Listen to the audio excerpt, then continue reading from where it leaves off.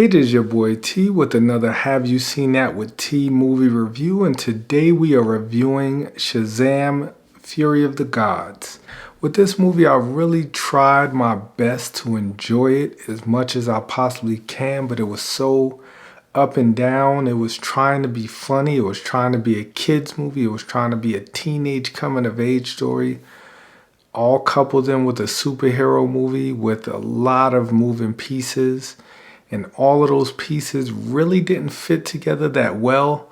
If you've seen the first Shazam, you know what it's about. Billy Batson, a teenage kid, is granted the power of Shazam, gives him all these, superhero abilities, the power of magic. He has all of the power of Superman, plus a little bit of Thor mixed in there, a little bit of Flash mixed in there. He has a lot of different abilities.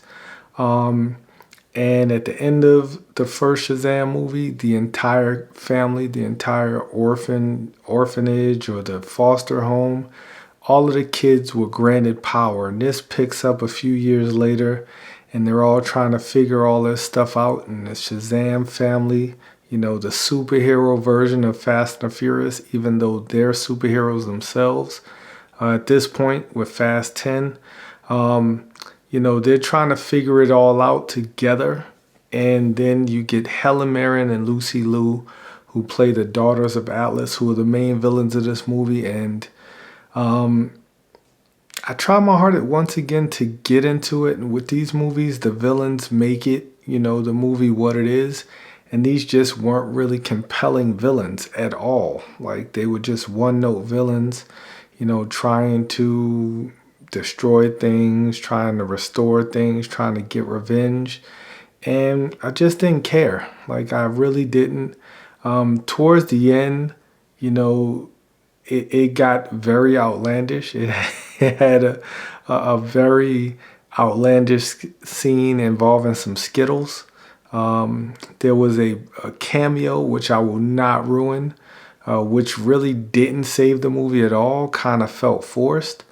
And I really loved the first Shazam movie, and this one took a step back.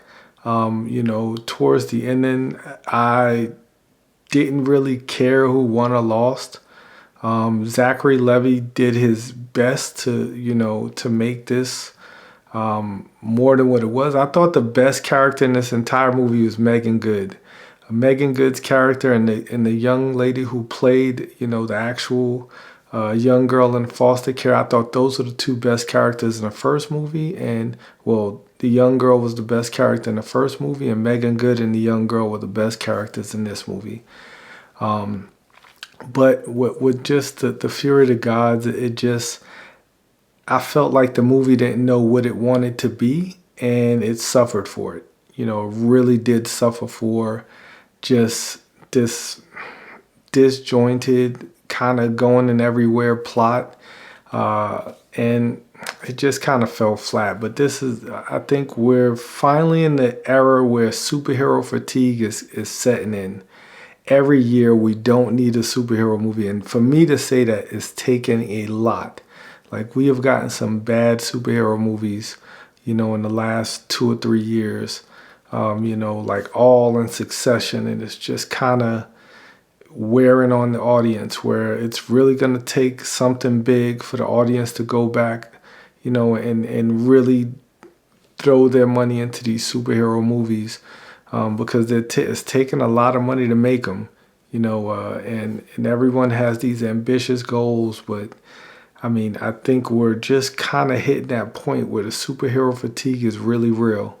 And this movie kind of showed it, because after the first Shazam, the second Shazam should have knocked it out of the park.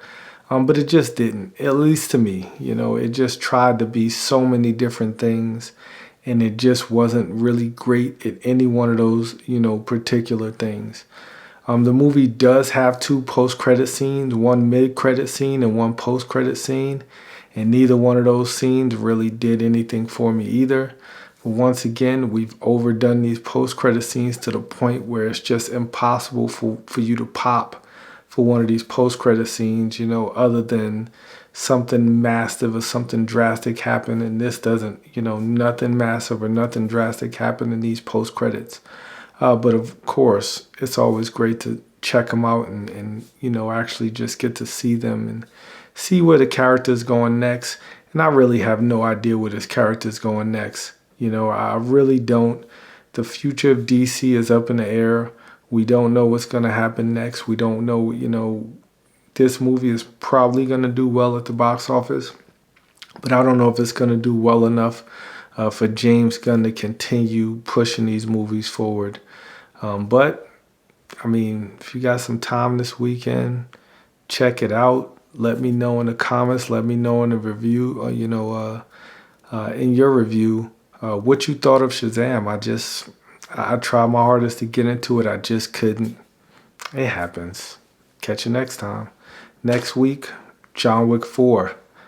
I have a very strong feeling I'm going to have a totally different take on John Wick 4 than this movie. Until then, I'll catch you next time.